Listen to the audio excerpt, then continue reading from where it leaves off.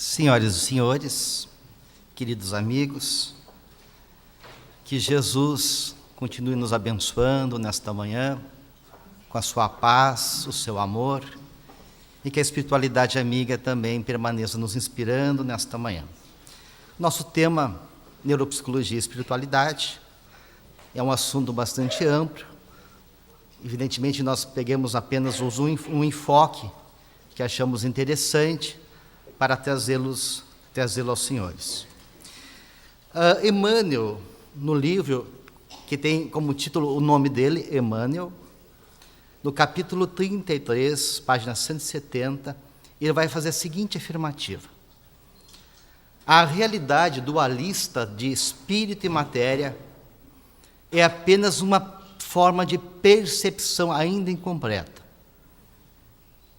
Em realidade, espírito e matéria são estados diversos de uma essência imutável, chegando-se dessa forma a estabelecer a unidade substancial do universo. Nesse monismo, é preciso considerar a matéria como um estado negativo e o espírito como um estado positivo dessa substância. Então nós temos uma visão dualista, espírito e matéria, mas que Emmanuel, ele diz que, na verdade, essa visão dualista é uma visão ainda um pouco distorcida, porque existe uma unidade, e que a matéria e espírito fosse como se fosse uma face de uma moeda, cara e coroa, São realidades que estão unidas, ou seja, nós precisamos da matéria para expressar a nossa realidade psíquica, e a realidade interage com nós nesse processo de evolução espiritual. Uma representando o aspecto negativo, o aspecto positivo dessa substância. Então, a matéria, o mundo dito real, é o resultado do duplo fluxo entre uma onda quântica e sua imagem espaço-temporal invertida. Ficou difícil?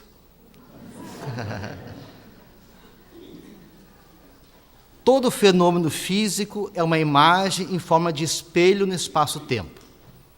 Isto é, toda a realidade é a expressão de uma imagem nossa que podemos observar como se fosse de fora.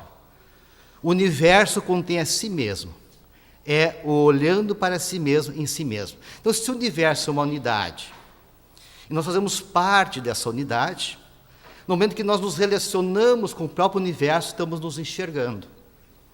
Por que a matéria, o mundo dito real, é um resultado de um duplo fluxo de uma onda quântica? Porque a imagem, ela vai e vem invertida, no nosso olhar, depois ela muda na nossa região subtal. Então, é como se o mundo fosse um grande espelho. E que esse contato com os objetos, com a vida, com as pessoas, nós também vamos nos reconhecendo e nos enxergando. Tá bem, pessoal, por enquanto? Então, toda a realidade existente nada mais é que a expressão de algo que foi imaginado. Tudo é imagem. Já perceberam isso? Tudo é imagem. A imagem nós criamos dentro de nós. Qual é a imagem que nós temos do universo? Qual é a imagem que nós temos de nós mesmos como pessoas? Qual é a imagem que eu tenho do meu pai, do mundo masculino, do mundo feminino dentro de mim? Da relação que eu tenho na minha infância com as pessoas? Nós vamos criando imagens dessas realidades, introjetando e criando uma consciência. Então, o universo é uma projeção da mente divina. Tudo que existe na natureza é a ideia exteriorizada. A matéria é uma imagem, então. É uma imagem. Então, o que isso significa psicologicamente para nós? Significa que viver psicologicamente é imaginar coisas. Então, nós só temos uma vida subjetiva, uma vida psicológica, porque nós conseguimos imaginar e internalizar essas imagens dentro da gente. O espírito, ou alma, cria a todo momento com seu pensamento. E onde for, vai carregar suas imagens como forma ou como expressão de sua realidade interna. Assim, a imaginação é a força criadora da alma. Einstein vai dizer que não existe maior poder do que a imaginação, né? Ele imaginava como era voar na velocidade da luz, quando era criança, e isso levou ele a desenvolver a teoria da relatividade. Eu coloquei ali a imagem do Monte Fuji, né, naquela imagem pequenininha ali embaixo, e eu posso olhar para aquela imagem e dizer assim, puxa, essa imagem, ela me transmite paz, ela me transmite força, ela representa fé para mim. A montanha tem fé? Não. A montanha tem força? Não. A força, a imagem da paz está dentro de mim. Eu projeto na montanha esse conteúdo e me aproprio novamente dele. Então eu consigo enxergar a paz e a fé que está dentro de mim na minha relação com essa imagem. Deu para entender, pessoal? Assim é com a vida. Nós projetamos as nossas coisas nas pessoas. As pessoas são nossos espelhos. Nós muitas vezes enxergamos nas pessoas os nossos defeitos, né? Então toda a nossa vida de relação com os objetos e com as pessoas é um mundo de projeção e introjeção, em que nós estamos trocando imagens, informações, em que eu estou colocando toda a minha experiência subjetiva nessas informações que eu vou no relacionamento humano. Então, todas as diferentes formas do universo são expressões das diferentes formas de consciência. Então, a realidade do universo depende da nossa consciência, da nossa percepção, da minha forma como eu imagino o universo. Então, o universo, ele tem uma percepção diferente para cada pessoa. Cada um vai enxergar o universo de uma forma. E Emmanuel, continuando aquele comentário que eu falei sobre a dualidade, uma visão monista, ele vai dizer o seguinte, isso é uma continuação daquele ponto que nós paramos lá no início. O ponto de integração dos dois elementos estreitamente unidos, que é a matéria e espírito, né? Em todos os planos do nosso relativo conhecimento, ainda não encontramos. Ele está dizendo que ainda não conseguiu identificar esse ponto, né, de ligação, de unidade, dado o estado evolutivo ainda que eles estão, também no plano espiritual, expandindo. A ciência terrena, no estudo das vibrações, chegará a conceber a unidade de todas as forças físicas e psíquicas do universo. O homem, porém, terá sempre um limite nas suas investigações sobre a matéria e o movimento. Esse limite é determinado por leis sábias e justas. Mas, cientificamente, poderemos classificar esse estado inibitório como oriundo da estrutura do seu olho e da insuficiência das suas faculdades sensoriais. Então, ainda nós temos uma capacidade de perceber a realidade na sua amplitude, na sua totalidade. O que ele está dizendo, Emmanuel? Que a nossa percepção do mundo depende do nosso olhar. Ou seja, cada um enxerga o mundo conforme os olhos que tem. Ok? Vamos fazer uma pequena pausa aqui na nossa apresentação. Eu vou apresentar aqui um pequeno vídeo para vocês. Esse é um vídeo bem conhecido, acho que muitos já conhecem. Quem conhece, por favor.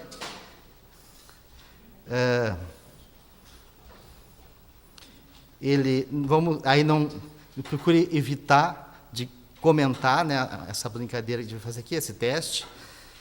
Esse vídeo aqui é um vídeo de 2 times de basquete.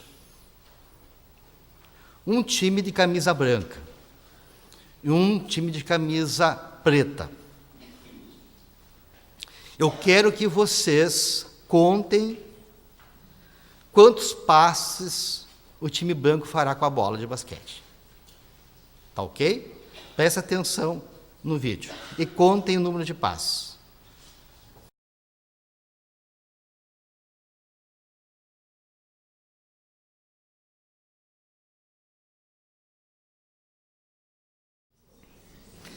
Conseguiram descontar 16? Todo mundo? Ah. Quem é que viu um macaco passando durante o jogo? Ok. O resto não viu? Viram? Alguns, a minoria, viu um macaco passando e batendo no peito, né? E quantos viram a cortina mudando de cor?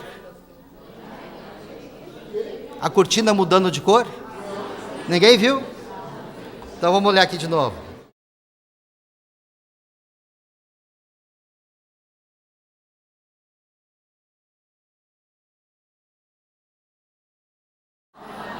Viram o macaco? A cortina mudou de cor. Viram?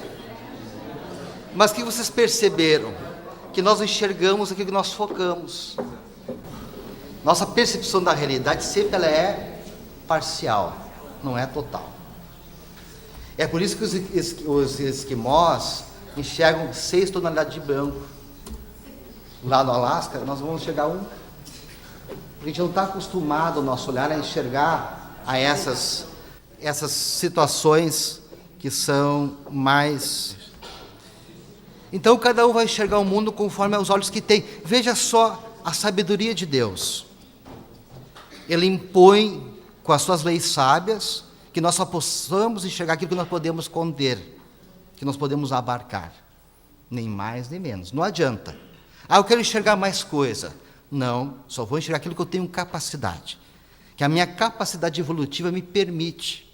Então, à medida que eu vou evoluindo, que eu vou ampliando a minha consciência aqui como consciência, ciência do conhecimento. Eu vou aumentando a minha percepção da realidade, enxergando coisas que eu não enxergava, tanto com relação à realidade de fora, como à realidade de dentro. E o que o Jung vai dizer?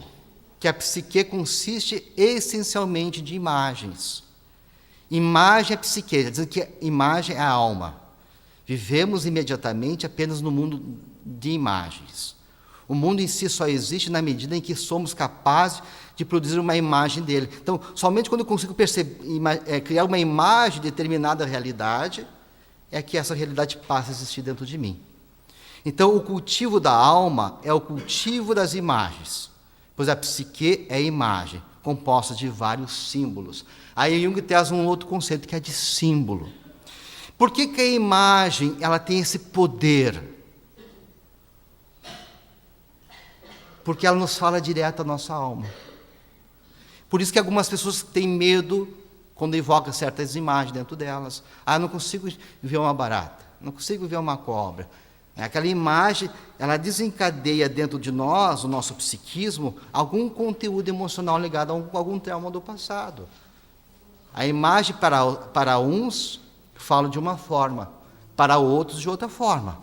Eu posso conceituar essa mesa para vocês, dizer, uma mesa é uma estrutura feita de madeira, apoiada em pés de madeira, que é usada para colocar objetos em cima. Conceituei essa mesa para vocês. Mas quando eu só mostro a mesa sem conceituar, porque no momento que eu conceituo, eu estou o quê? Restringindo, limitando a minha percepção da mesa. Mas se eu mostrar só a mesa para vocês, se tiver algum engenheiro aqui, ele vai ver matemática ali, vai ver ângulos. Se tiver um físico, vai ver moléculas, átomos, que eu não falei que tinha na mesa. E se tiver um poeta, vai ver beleza e poesia. Né? Então a imagem, ela fala com cada um de nós. É por isso que o inconsciente, ele se utiliza das imagens através de sonhos, para comunicar os conteúdos emocionais que estão dentro de nós e que devem vir para a consciência, num diálogo entre a consciência e o inconsciente. Então, eu posso ter medo de um objeto, dizer, pessoal, eu tenho um medo desse microfone aqui, vocês não imaginam, não posso chegar perto desse microfone. Mas Gilson, esse microfone não é nada ameaçador, não vai acontecer nada contigo. Não, mas eu não consigo chegar perto. Por quê? Porque, de alguma maneira, esse microfone, ele desencadeia dentro de mim uma imagem ligada a algum passado meu. Aonde que está o medo? É no microfone? Não. Aonde que está o medo? Dentro de mim. Mas eu, quando consigo expressar meu medo nesse microfone, eu estou me relacionando com quem, na verdade? Comigo mesmo, com o meu medo. Então, quando eu enfrento o microfone, estou enfrentando o quê? Quem? O meu medo. Então, aquela coisa do espelho. Eu projeto a minha realidade interna, as imagens que tenho dentro de mim, desencadeado pela imagem no microfone, e aí isso me permite eu me relacionar comigo mesmo e trabalhar esses conteúdos emocionais. Ok? E quando a imagem ela tem um significado, ela vira um símbolo. O símbolo, quando aquela imagem tem uma carga emocional, tem um significado para nós. Na cultura cristã, aquela imagem da cruz simboliza sacrifício, como o sagrado ofício, a fé, o testemunho. Para outras culturas pode não significar nada. O símbolo Om, né, na cultura indiana, para os hinduístas, tem um significado da representação da divindade de Deus. Para algumas pessoas que não estão identificadas com essa cultura, não quer dizer muita coisa. Então, cada imagem ela pode carregar uma carga de informações coletivas ou individual. Eu posso ter essa imagem da cruz com esse significado coletivo, como cristão que eu sou, mas ela pode também ter um significado pessoal, ligado ao meu passado.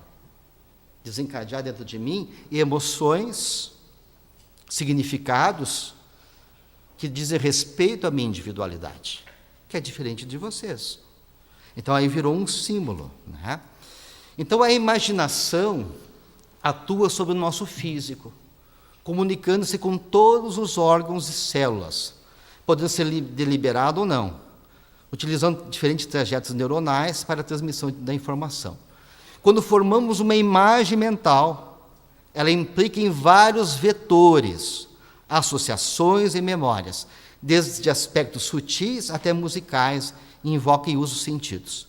Percebemos na imagem um conjunto de fatores perceptivos, emocionais e corporais, pois toda imagem suscita uma reação bioquímica da emoção. Então, quando a imagem ela me toca, mexe com tudo. Que a Sônia já falou ali, que o pensamento, né, o sentimento, eles brota do espírito através do sistema nervoso, pela região cortical, e depois se distribui por todo o meu corpo. Então, onde está a minha mente? Ela está conectada pelo cérebro, mas ela está em todo o meu corpo. Não é verdade?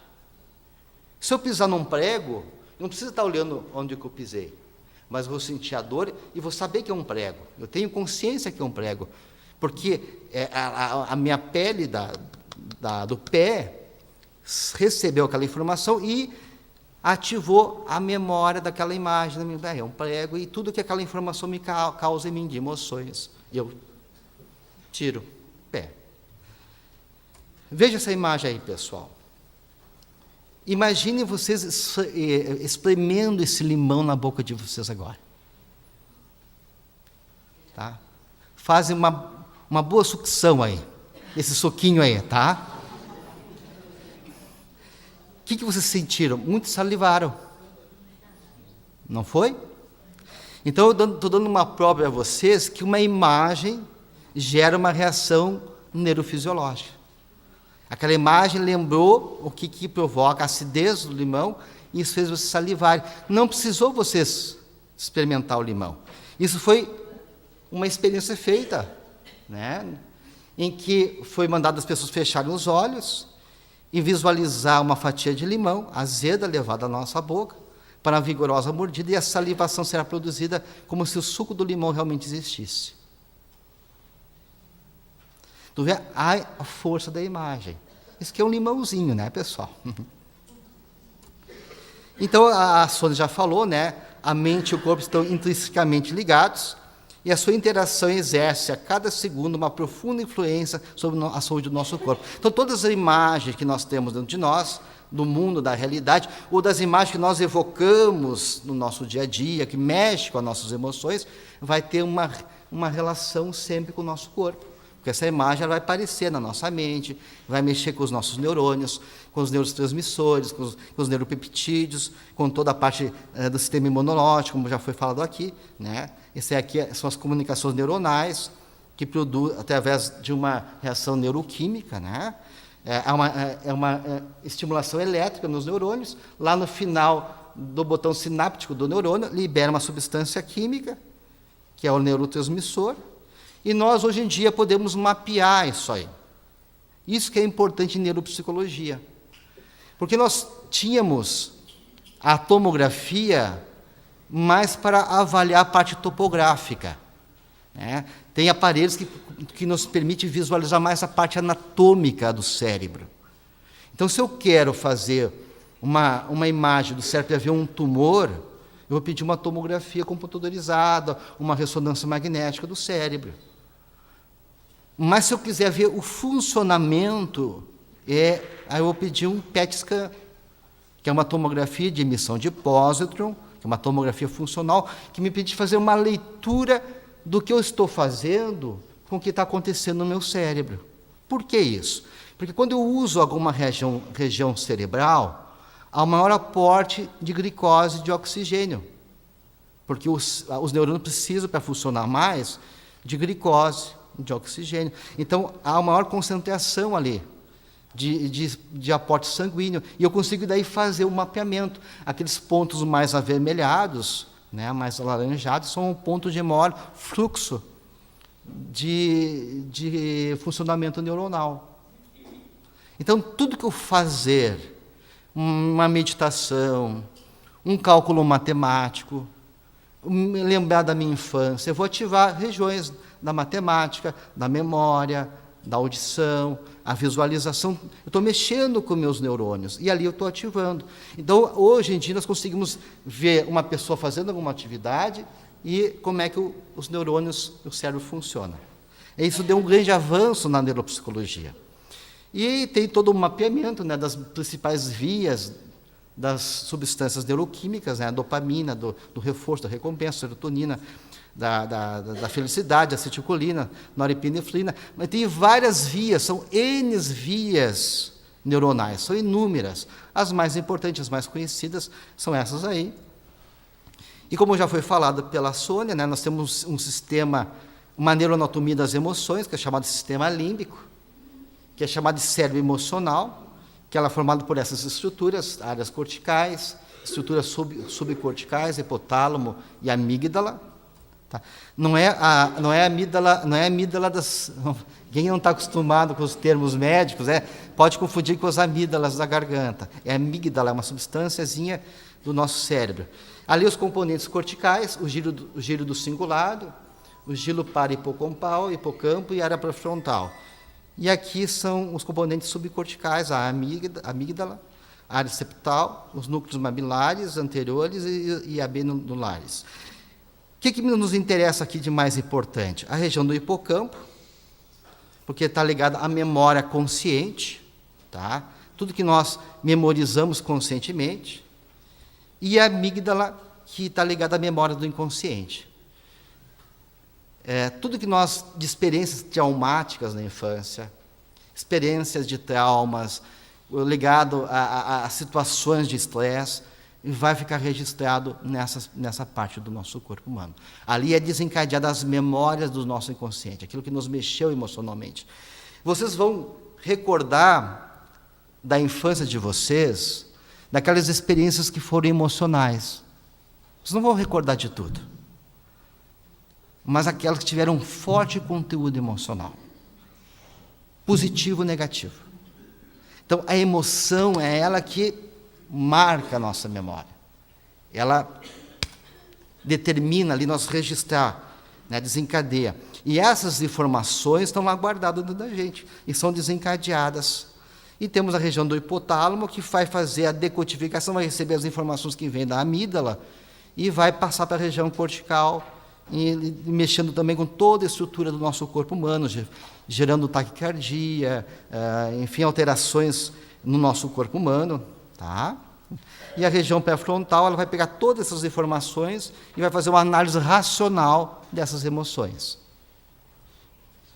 E aí o sistema nervoso simpático e parasimpático também vai ser ativado, né? Um está ligado mais à agitação, à ansiedade, a outra à tranquilidade. Então, o sistema emocional tem o sistema da amígdala e do hipocampo. A amígdala é a memória emocional implícita, a gente não esquece, ela aumenta e incuba. Então, tudo que está lá no nosso inconsciente, todas as memórias, elas querem ser espaço. As emoções são como nossos filhos, né? O que o filho faz quando ele quer atenção? Ele começa a incomodar, não é verdade? Ele começa a se agitar porque ele quer atenção. E se tu não dá atenção, ele se agita mais. Até que tu foca nele e diz, não, meu filho, o que tu queres? Aí tu dá o quê? Um brinquedinho para se divertir. A emoção, ela é assim, ela precisa de espaço, ela quer ser conscientizada, ela quer te chamar a tua atenção, ela vem e nos cutuca. A gente não quer ver, isso me dá medo, isso mexe com minhas coisas do passado. E eu começo a fugir da emoção, ou daquela imagem que me persegue. E ela começa a ficar mais forte. Como dizia Freud, tudo que tu reprime sai pela porta dos fundos. Tudo que tu não consegue olhar e se apropriar daquilo que é teu, vem de uma forma inadequada. Então a emoção começa a nos cutucar. É que nem um filho inquieto. Olha, eu estou aqui, olha para mim. Então não adianta, pessoal, botar o lixo embaixo do tapete e jogar na casa do vizinho. Nós temos que suportar o cheiro forte e limpar as nossas nhacas do passado. Dar conta das nossas emoções, boas e menos boas. E o sistema do hipocampo é a memória explícita, aquilo que a gente tentou conscientizar, a gente esquece, gera confusão, né? Mas aquela memória emocional está lá. Está lá. Tá? Então, esse seria mais ou menos o circuito, bem resumido, das emoções. Os estímulos emocionais são produzidos na amígdala, ou seja, no espírito, né, pessoal? Mas se expressa pelo sistema nervoso, através da amígdala. A emoção conscientemente registrada no córtex frontal. Paralelamente ao envio das informações emocionais ao córtex frontal, a amígdala envia mensagens de cunho emocional ao hipotálamo. Esse, por sua vez, envia mensagens hormonais ao corpo, com o intuito de criar as mudanças físicas que amplificam nossa percepção das emoções. Por que isso é importante? Por que o hipocampo tem que passar essas informações para o nosso corpo humano? Porque o nosso corpo é uma caixa de ressonância. Que muitas vezes eu não consigo acessar minhas emoções. Não é difícil, muitas vezes, de perceber como nós estamos sentindo? Muitas vezes as pessoas nos percebem de uma maneira, mas como o Justo está nervoso, como o Justo está ansioso, como o Justo está isso, está aquilo, e eu muitas vezes não percebo essa realidade. Mas os outros estão percebendo. E daí, quando o hipocampo ele pega essas informações da amígdala e passa para o corpo humano e provoca taquicardia em mim, né? Provoca reações corporais, e eu consigo, mas eu estou com o coração acelerado, eu consigo enxergar melhor as minhas emoções. Então, o corpo humano é uma caixa de ressonância, para que as emoções possam ser percebidas pela minha consciência. E mesmo assim, muitas vezes a gente não percebe. Como dizia o Roberto Lúcio, né, que muitas vezes o corpo adoece para a gente não enlouquecer. Né, Roberto? Uma vez você falaste isso, e é verdade. Às vezes a gente vai somatizar no corpo. Aquela emoção, aquela imagem não resolvida, ela vai aparecer no estômago, ela vai aparecer no pulmão, vai aparecer em alguma parte do corpo, com maneira de chamar atenção também. Olha para mim, tu estás muito nervoso e provocou uma úlcera gástrica. Muitas vezes eu trato a úlcera, mas não consigo dar conta das causas que levaram ela a serem criadas por mim. Né? Sendo assim, a raiva é acompanhada por fortes contrações musculares, elevação da pressão arterial, da frequência cardíaca, entre outras somatizações. Já no amor, tais mudanças dão lugar a sensações de relaxamento muscular, leveza e plenitude. Sem a retroalimentação proporcionada pelos nossos corpos, as emoções não podem ser distinguidas nos meros pensamentos. Pessoas que tiveram lesões medulares são impedidas não só de realizar movimentos nos segmentos abaixo da lesão, como também não recebe informações sensoriais advindas desses mesmos segmentos. E por isso que as pessoas paraplégicas têm dificuldade, muitas vezes, de acessar algumas informações mais do que a gente, né? E olha o que Candelias vai dizer no livro Evolução em Dois Mundos. Sobre os neurônios, acha-se o núcleo cercado de protoplasmia, em que há mitocôndrias, neurofibrilas, aparelhos de Golgi, melanina abundante e um pigmento ocre relacionado com o corpo espiritual, de função muito importante do pensamento e que aumenta com a velhice. Então, essa substância ocre está desligada ao nosso pensamento. Depois mais a gente lhe segue dizendo que o pigmento ocre que a ciência humana observa, sem maiores definições, é conhecido no mundo espiritual como fator de fixação, como a encerrar a mente em si mesma, quando essa se distancia do movimento renovador. Quando eu me afasto da necessidade de me renovar, fico fixado às imagens negativas, aos apegos do mundo, eu formo essa substância. E essa substância, quanto mais eu tenho no meu cérebro, mais dificuldade também eu tenho para desencarnar. Não é só uma fixação das emoções, é uma fixação do meu perispírito ao meu corpo humano, como uma lei natural, né? Porque onde está a minha mente está a minha realidade.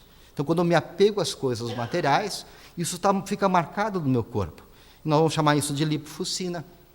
Então, nós vamos produzir essa substância como se fosse o lixo mental, que nós não conseguimos dar conta dele, mandar para a rua, e vai acumulando e vai marcando as nossas células nervosas. Então, os achados da neurociência mostram que as experiências subjetivas, como determinantes das reciprocidades neuronais, tal como se manifesta no nosso dia a dia, ou seja, tudo que eu faço, tudo que eu tenho de vida subjetiva, de emoções, é legitimada pelo sistema nervoso central. O meu sistema nervoso ele vai manifestar esse processo nas minhas funções neuronais, nos meus trajetos, né? E isso é um dos pontos principais entre a psicoterapia e a neurociência, ou seja, nós criamos novos trajetos, nós vamos nos condicionando. É que nem a água, né? A gente faz um sulco na terra e a água vai para aquele sulquinho ali. A energia psíquica, ela caminha muitas vezes por um caminho por um condicionamento emocional e também neuronal. É o chamado a nossa personalidade. Muitas vezes a terapia é uma desconstrução da nossa personalidade, né? Muitas vezes tem outro Gilson querendo aparecer, mais criativo, e não tem espaço. Por quê? Porque aquela minha personalidade não deixa. Então a terapia tem que desconstruir aquilo que me ajudou a chegar onde eu cheguei até aqui, pode agora ser um fator limitante. Estão entendendo? É que nem escrever com a mão direita. Eu já sei escrever com a mão direita. Daí diz o Roberto Gilson, escreve com a mão esquerda. Tu já dominou a mão direita, agora vamos desenvolver a mão esquerda. Aí eu começo a escrever com a mão esquerda, tenho todo desengonçado, não consigo. Para que lado eu vou? Para a direita de novo. Roberto diz, não, Gilson, é com a mão esquerda. Então eu não vou perder o que eu conquistei aqui, mas vou ampliar uma nova forma de abordagem. Então tem outros potenciais dentro da gente que muitas vezes tem que aparecer, e nós temos que dar espaço. E a terapia nos ajuda a isso, a superar aqueles condicionamentos. Então, eu só enxergo a vida daquela forma. Tem 10 maneiras de eu agir, 10 maneiras diferentes de eu perceber a realidade, e eu fico ali preso naquele mundinho né? E eu tenho que ampliar aquilo ali, dar o espaço para as outras formas de enxergar a realidade. Então, sempre que um comportamento é emitido, ativamos e desativamos simultaneamente redes neurais, e milhares de sinapses excitatórias e inibitórias ocorrem nesse processo. O sistema nervoso central manifesta ainda um sofisticado fenômeno de plasticidade neural, recurso que dispomos para modificar, compensar, gerar e ajustar funções neurais fundamentais da nossa vida, como aprendizado e memória. Então, eu posso mudar esses trajetos, mudando o meu comportamento, as minhas imagens, a forma como enxergo a realidade e o mundo. Então, para a maioria das pessoas, essas pessoas são tomadas pelas emoções, né? Isso pode ser desastroso, a pessoa pode, num minuto, perder a estribeira, fazer coisa para se arrepender por uma vida toda. Tem gente que mata, comete homicídio, numa crise de raiva, de ódio, né? Então, quando falamos de emoção, falamos de medo, de aversão, de pânico, de culpa, de ódio, de raiva, mas que essas emoções têm que serem trabalhadas por nós. Essas imagens que nós trazemos dentro de nós, elas vão ser acessadas pelo nosso corpo, pela nossa consciência, e muitas vezes ela nos toma. E eu não posso nem deixar a emoção me tomar, e nem ficar brigando contra ela, porque eu também fico presa nela. Então eu tenho que acolher, que nem aquela criança, olhar para ela, vem cá, eu vou te dar colo, mas fica aqui. Eu tenho que ter um espaço de comunicação entre a emoção e a minha consciência. Eu posso ter aquela emoção, mas eu tenho que trabalhar ela. Eu tenho que me dialogar com a minha própria mente, dialogar comigo mesmo. Porque tem uma consciência atrás da minha consciência, que a consciência divina diz, olha, não está certo isso, Gilson. Muda teu comportamento. Então isso me dá uma noção do certo e errado, e eu consigo daí, em vez de reagir, agir. Parar e não dizer, puxa, não é por aí. Essa pausa reflexiva, esse distanciamento das emoções, de olhar de longe, é que me permite eu trabalhar os meus conteúdos emocionais. Agora, se a emoção vem e me toma, sou um cara muito emocional, já dizia Heráclito, as pessoas secas são melhores do que as pessoas águas. Né? A pessoa seca, seja a pessoa com muita água, né, muito emocional, ela fica encharcada de emoção, ela perde a razão. O excesso de emoção gera mágoas, as más águas, né, que muitas vezes nos consomem. Ficamos presos àquelas imagens, remoendo. Então, chama de uma petrificação. A pessoa já se separou do marido há 10 anos, mas continua casado com ela. Porque não esquece. E fala, e fala, e fala, e traz aquelas lembranças. Está mais casado do que nunca. Porque não houve uma separação psicológica. Houve uma separação material, mas não emocional. E assim nós vivemos muitas vezes. A gente muitas vezes faz uma mudança da situação material, mas emocionalmente, psicologicamente, nós muitas vezes não conseguimos elaborar e transformar aquilo. E aí o que Emmanuel vai falar? Em pensamento e vida. Vai dizer isso aqui, ó. É um trecho muito interessante, você lê depois lá. Esse é um livrinho, pessoal, para que não deve ser lido, deve ser estudado. É um livro pequenininho, mas é muito interessante. Ele vai dizer que comparamos a mente humana ao espelho vivo da consciência lúcida. A imagem do espelho novamente, né? Há um grande escritório subdividido em diversas seções. Então, nossa mente tem a parte da memória, a parte do desejo, a parte cognitiva, tem várias repartições. E vai dizer que tem um gabinete da nossa mente, que é chamado de vontade. E é essa que devia gerenciar os outros departamentos. Então, um fator que a gente tem que desenvolver é fortalecer a vontade. Porque a vontade nos dá o controle, o domínio dos impulsos emocionais. Então, essa capacidade de tu perceber a si próprio, fazer esse distanciamento das emoções, olhar com coragem para ti mesmo. Puxa, tu tem isso, Gilson. Olha, assuma. O que eu vou fazer com isso? Aí é a força de vontade de não deixar aquilo me dominar. Então, a vontade é uma coisa importante. Tem pessoas que têm força de vontade, mas movidas por um sentimento de ódio. Eu vou destruir, eu vou conquistar coisas materiais. E tem pessoas boas, mas a vontade tíbia. Eu queria tanto ajudar lá o trabalho da associação da AME Norte lá, né? Mas não tenho tempo, não tenho disponibilidade. Então, a vontade, ela é um ferramental às nossas emoções, seja positivas ou negativas, né? Então, a emoção, ela sempre foi usada desde os milênios anteriores por várias regiões, na Grécia, no Tibete, na Índia, na África, pelos xamãs, pelos esquimós, uma forma de cura. Né? Nos assírios e babilônios, usavam o processo de cura ligado às imagens dos sonhos.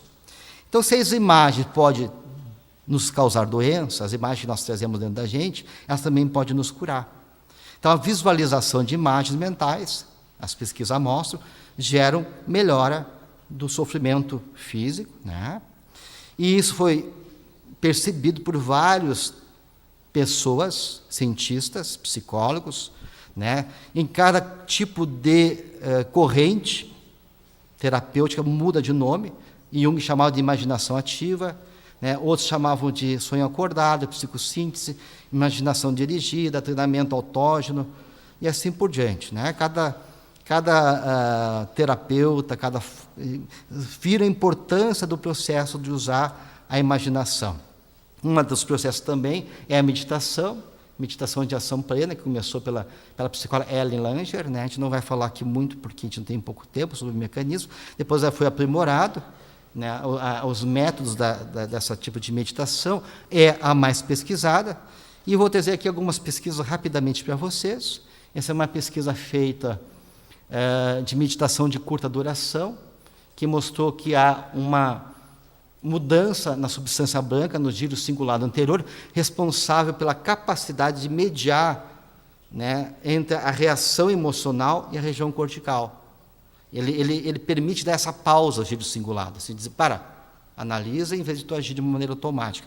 Então, estimulando o giro cingulado anterior, através da meditação, tu tem maior poder de resolução dos conflitos, ele regula as emoções e comportamento, as funções executivas, antecipação de recompensa, melhora a empatia, melhora a frequência cardíaca e a pressão arterial. Né? Estudos feitos com meditação chinesa, né? Melhorou a imunidade, estimulou esse giro cingulado anterior. Vamos passar rapidinho, né? Ali está as imagens da estimulação do giro cingulado anterior. E, então, houve até aumento da mielinização da substância branca. Aqui uma outra pesquisa feita com meditação em transtorno de humor, e a conclusão foi que ela aumenta a tolerância para as reações afetivas negativas e a dor, auxilia no aumento da autocompaixão e empatia em indivíduos cronicamente disfóricos. Essa aqui é uma outra pesquisa feita com meditação que promove o aumento da substância cinzenta cerebral. Né? Uma outra pesquisa também mostrando que melhora a percepção da realidade, melhora a atenção com o uso da meditação. Tudo que eu estou falando para vocês aqui sobre meditação serve também para a oração. Né? A oração produz os mesmos efeitos da meditação. A oração bem feita, né, pessoal? Aquela que move as nossas emoções. Aqui, uma outra meditação foi feita que o controle do cortisol, aquele biomarcador que a Sônia falou, do estresse, né? Então, ela baixa o cortisol, melhora o sono, aumenta a resposta imunológica, que é uma outra pesquisa. Tá? Essa outra pesquisa também mostrando a melhora da atenção, né? Melhora do cansaço, da fadiga. Isso aqui melhorou a onda gama, né, a meditação. Isso aqui feito com um estudo com médicos generalistas, para avaliar a empatia e a atitude do profissional de saúde depois da meditação. Se tiveram melhor atitude, mais empatia, mais estabilidade emocional, o médico que meditava. A gente lembra daquelas palavras de André Luiz, se os médicos orassem, né? Controle da diabetes com a meditação. Vou passar rapidinho, nós temos tempo já, tá? Redução da pressão arterial com a meditação. Então, para concluir, o que a meditação e a prece produzem no cérebro? Né? Porque muda as nossas imagens internas, nos conecta com o nosso lado divino, desperta em nós, né, pensamentos mais elevados, nos conecta com as nossas emoções. Na região cerebral, ela influencia as áreas cerebrais relacionadas com atenção, emoção, consciência e percepção, funções executivas. Melhora a relação entre a amígdala e córtex cingulado e córtex frontal. Aquilo que eu falei para vocês, o caminho entre o impulso e a capacidade racional de controlar aquele impulso. Aumenta a dopamina, que é o hormônio do prazer, né? Melhora no reconhecimento desapegado das emoções, então menos reatividade impulsiva, consigo controlar meus impulsos. Melhora a atenção e aumenta a massa cinzenta em áreas do sistema límbico, em áreas corticais. Isso ajuda a combater o Alzheimer, viu, pessoal? Então, quem está preocupado com a velhice aí do cérebro, façam meditação, orem bastante, não custa nada. Na mente, diminui a ansiedade, a ira, a depressão, a preocupação, diminui a ruminação mental, melhora a aceitação, a compreensão, a capacidade de reconhecer e corrigir os estados afetivos desagradáveis. E no benefício clínico, ajuda no transtorno de ansiedade, transtornos alimentares, dor crônica, depressão, personalidade borderline, né? No comportamento, maior equanimidade, não reatividade, melhor aceitação contra a rejeição das emoções, melhor continuidade do sono, menos compulsão e melhor facilidade de mudança de comportamento. No corpo, melhora de doenças como psoríase, diabetes tipo 2, fibromialgia, artrite reumatoide, dor lombar, déficit de atenção, doenças crônicas, melhora a imunidade, que a Sônia nos trouxe, né? Aumenta a ação parasimpática, que é da calma, da tranquilidade, diminui o cortisol, que é o hormônio do estresse, então quanto menos estresse, menos cortisol, diminui a interleucina 6, a interleucina 6 está ligada a processos inflamatórios, quanto mais inflamação no corpo, maior a interleucina, então se ela baixa, é que a inflamação está diminuindo no corpo humano. Tá? Rapidinho, aumenta a vasopressina, isso diminui a fadiga, aumenta a consolidação de memória, e aumenta o estado de atenção, aumenta a beta-endorfina, isso diminui a dor, o medo, o cansaço, diminui a frequência respiratória, melhora imune, melhora o humor e bem-estar, aumenta a serotonina, melhora o humor, a acetilcolina, melhora a atenção, né? E para concluir, então, né, a mudança, a meditação, a oração, o autoconhecimento, ele vai além do relaxamento físico e mental, sendo capaz de modificar a cognição, a emoção, a biologia, o comportamento, estrutura e funcionamento cerebral e dá um significado existencial. Isso gera mais paz e espiritualidade. Então tem um potencial terapêutico enorme.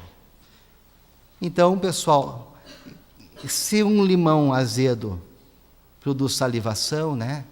O que produz uma imagem de Jesus em nossas vidas? Para que nós possamos trazer cada vez mais a presença dele junto de nós, para que a sua presença de amor, de consciência lúcida, possa nos beneficiar a todos, nos tornando melhores, introduzindo tudo o que ele significa para nós em nossas vidas. Obrigado pela atenção de todos.